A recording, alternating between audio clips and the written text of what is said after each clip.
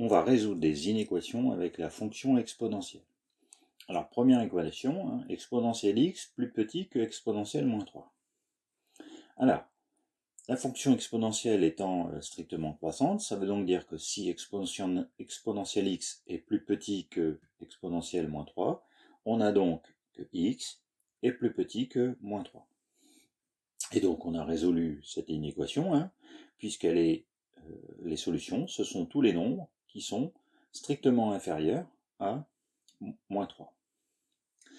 Deuxième inéquation, exponentielle 3x plus 1 strictement supérieur à 1. Alors, on va transformer en équivalence cette inéquation. Exponentielle 1, c'est exponentielle 0.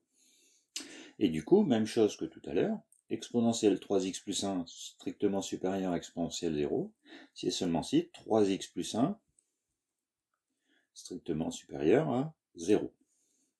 Et du coup, on a x strictement supérieur à moins 1 tiers. Donc on ajoute moins 1 à chaque membre et on divise par 3. Voilà les solutions, tous les nombres qui sont strictement supérieurs à moins 1 tiers. Pour cette inéquation, on va transformer pour avoir sous cette forme-là.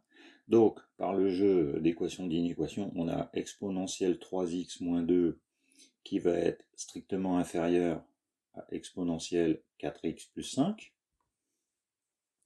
Donc, toujours avec la même règle, 3x moins 2 va être strictement plus petit que 4x plus 5.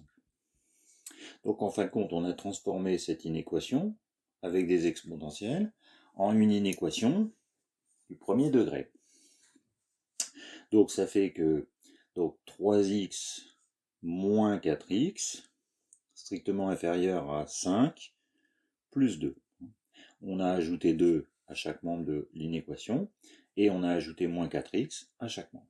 Donc ça fait moins x plus petit que 7 et donc x est plus grand que moins 7 puisque on divise par moins 1 et en divisant par un nombre négatif on change le sens de l'inégalité. Donc cette inéquation, les solutions, ce sont tous les nombres qui sont strictement supérieurs à moins 7.